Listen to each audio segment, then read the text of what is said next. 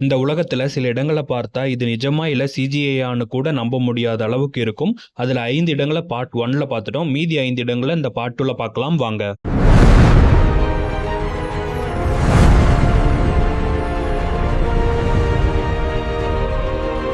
6வது இடம் லேக் ஹிலியர். லேக் ஹிலியர் முழுக்க பிங்க் நிற ஏரி. இந்த ஏரியோட தண்ணீர் இயற்கையாவே பிங்க் கலர். அதுக்கு காரணம் சில பாக்டீரியா மற்றும் ஆல்கே. 7வது ஆன்டிலோப் கேனியான். கல்லுக்குள் ஒளி ஓவியம். சூரிய ஒளி சரியான நேரத்துல உள்ள வரும்போது குகை முழுக்க வேற உலகம் மாதிரி க்ளோ ஆகும்.